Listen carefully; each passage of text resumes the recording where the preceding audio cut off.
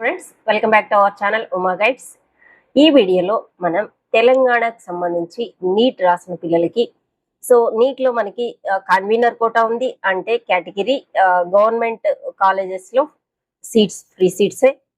So తెలంగాణలో అన్ని free seats ఉన్నాయి, సెల్ఫ్ ఫైనాన్స్ ఏం లేదు.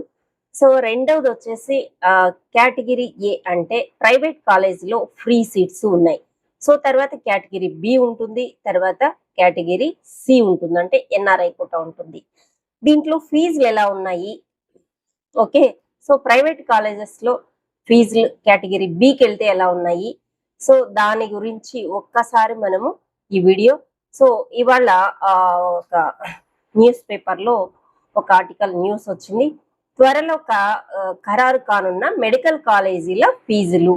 ఓకే, ఫీజులు ఎంత పెంచాలనుకుంటున్నారు, ఇప్పుడు ఎంత ఉన్నాయి, ఒక్క లుక్ వేద్దాము.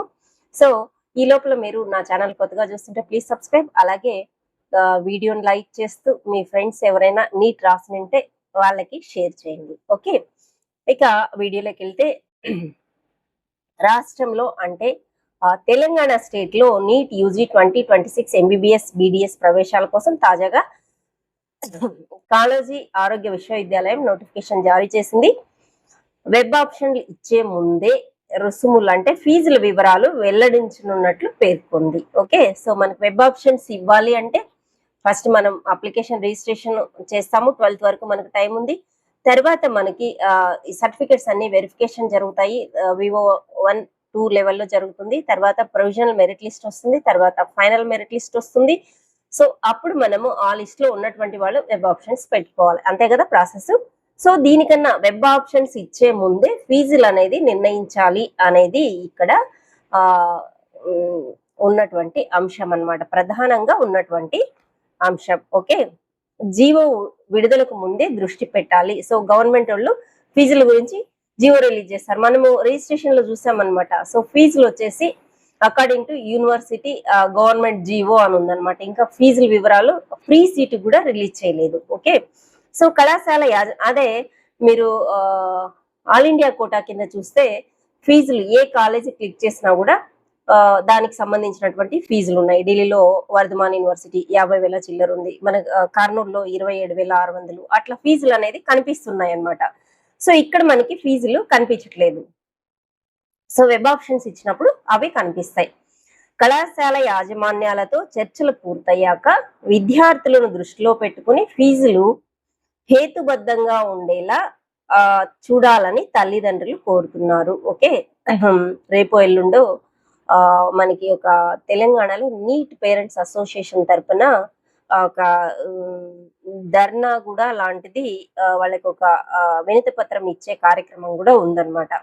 ఓకే, గత 3 ఏళ్ళు రుసుములు పరిశీలిస్తే ప్రైవేట్ కళాశాలల్లో ఏ కేటగిరీకి వార్షిక ఫీజు అంటే ఇయర్లీ ఏ కేటగిరీకి ప్రైవేట్ కాలేజెస్ లో 60,000 అంటే 60,000 ఫీజు ఉంది.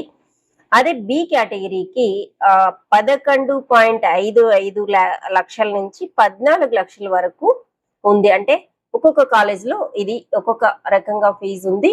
11.55 నుంచి 14 లక్షల వరకు బి కేటగిరీకి ఉందన్నమాట.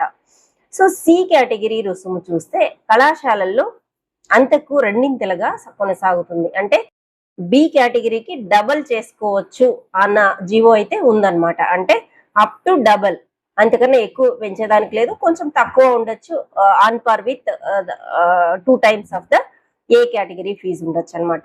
ఎంబీబీఎస్ కోర్సు 4.5 ఏళ్లే పూర్తయ్యే వరకు ఒక్క బి కేటగిరీ విద్యార్థి 55 నుంచి 63 లక్షల వరకు ఫీజు చెల్లిస్తున్నారు.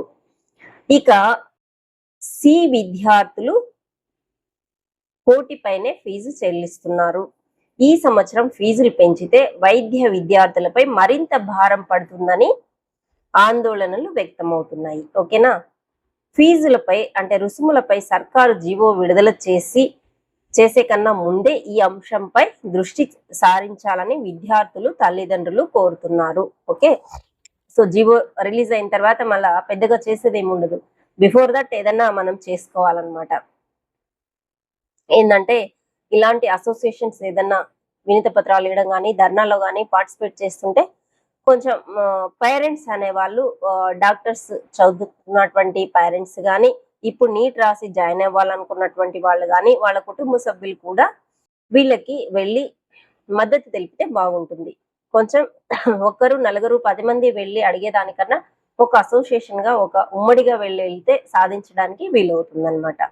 సో, ఇక ఫీజులు చెల్లింపులోను గత కొన్నేళ్లుగా ప్రైవేటు విద్యార్థులు ఇబ్బందులు ఎదుర్కొంటున్నారు. అనేక కాలేజీలు ప్రభుత్వం ఇచ్చిన ఉత్తర్వులకు భిన్నంగా 4.5 ఏళ్లకు బదులుగా మరో 6 నెలల ఫీజులు అదనంగా వసూలు చేస్తున్నారు. యాక్చువల్‌గా కోర్స్ డ్యూరేషన్ 4.5 సంవత్సరం, ఇంటర్న్‌షిప్ 1 సంవత్సరం ఉంటుంది కాబట్టి 4.5 సంవత్సరకే ఫీజు తీసుకోవాలని జీవో ఉన్నప్పటికీ 5 సంవత్సరాల వరకు ఫీజు తీసుకుంటున్నారు. 5.5 సంవత్సరానికి. ఇక 2022లోనే అంటే 2022లోనే ఇది టీఆర్ఎస్ స్పష్టంగా సూచించిన కొందరు అతిక్రమిస్తున్నారు. అప్పటి గవర్నమెంట్ జీవో ఇచ్చినప్పటికీ సూచనలు ఇచ్చినప్పటికీ ఇది 4.5 సంవత్సరాలు తీసుకోవాలి అనేది బేఖాతరు చేస్తున్నారనమాట. ఈసారి ఫీజుల నిర్ణయం సమయంలో 4.5 సంవత్సరాల నిబంధన కూడా కఠినంగా అమలయ్యేలా ఉత్తర్వుల్లో పేర్కొనడం వల్ల విద్యార్థులు అయోమయానికి గురి కాకుండా వారిపై ఆర్థిక భారం పడకుండా ఉంటుందన్న అభిప్రాయాలు వ్యక్తమవుతున్నాయి. సో మనకి 1 సంవత్సరం ఫీజు 12-14 లక్షలు ఉంది కాబట్టి ఒక ఇయర్ ఫీజు మిగిలినా కూడా మనకి చాలా ఊరటగా ఉంటుంది బి కేటగిరీ చదివేటువంటి పిల్లలకి కదా. పేరెంట్స్ కైనా కూడా బరువు తగ్గుతుంది చాలా.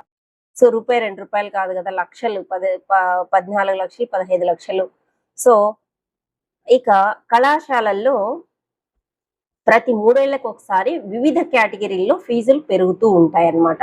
సో రాష్ట్రంలో ఎంబీబీఎస్, బీడీఎస్ రుసుములు చివరిసారిగా 2022లో పెరిగాయి. సో 3 ఏళ్ళు పైన అయిపోయింది కాబట్టి ఈసారి గట్టిగా కాలేజ్ వాళ్ళు, యాజమాన్యాలు పెంచాలని చూస్తున్నాయి. ఈ సంవత్సరం నుంచి కొత్త రుసుములు నిర్ణయించాల్సి ఉంది. ఓకే, ఇప్పటికే ప్రైవేట్ కళాశాలల యాజమాన్యాలు పలుమార్లు రాష్ట్ర ప్రవేశాలు రుసుములు నియంత్రణ కమిటీ TAFRS తో సమావేశమై ప్రతిపాదనలు సమర్పించినట్లు సమాచారం.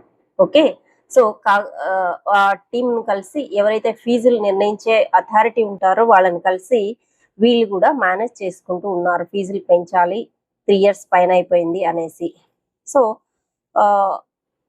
కాగా కొన్ని కళాశాలలు ఏ కేటగిరీ రుసుమును ఏకంగా 4-5 రెట్లు పెంచాలని కోరినట్లు తెలుస్తుంది. అంటే ఏ కేటగిరీ ఫీజు ఇప్పుడు 60,000 అనుకున్నాం, దీన్నే 4 to 5 టైమ్స్ అంటే 5 టైమ్స్ అంటే 3 lakhs పర్ ఇయర్. ఇక బి కేటగిరీ యాజమాన్య కోట, సి కేటగిరీ ఎన్ఆర్ఐ కోటా సైతం భారీ పెంపునకు ప్రతిపాదించినట్లు సమాచారం. సో ఇది ఈ పేపర్ లో ఇచ్చినటువంటి న్యూస్. సో ఫీజులు పెరిగితే ఖచ్చితంగా పెరుగుతాయి, ఎందుకంటే 3-4 సంవత్సరాలు అయిపోయింది కాబట్టి. అది కొంత పెరిగితే ఓకే, కానీ భారీగా పెంచాలనుకుంటే పిల్లలు అయితే బి కేటగిరీకి, సికి వెళ్ళాలనుకున్నటువంటి వాళ్ళు చాలా ఇబ్బంది పడేది అన్నమాట వాస్తవమే. దీన్ని జీవో రాకముందే ఏదైనా వెళ్ళి మాట్లాడుకోవడం బెటర్ అన్నమాట. ఓకే, సో ఇది ఈ ఆర్టికల్ గురించి. సో తెలంగాణలో ఫీజుల విషయమై KNR-UHS లో ఏం జరుగుతుంది అనేది, ఫీజుల గురించి ఎంత ఉండవచ్చు అనేది పేపర్లో వచ్చినటువంటి సమాచారం. సో వీడియో నచ్చినట్లయితే లైక్ చేయండి, మీ ఫ్రెండ్స్కి షేర్ చేయండి.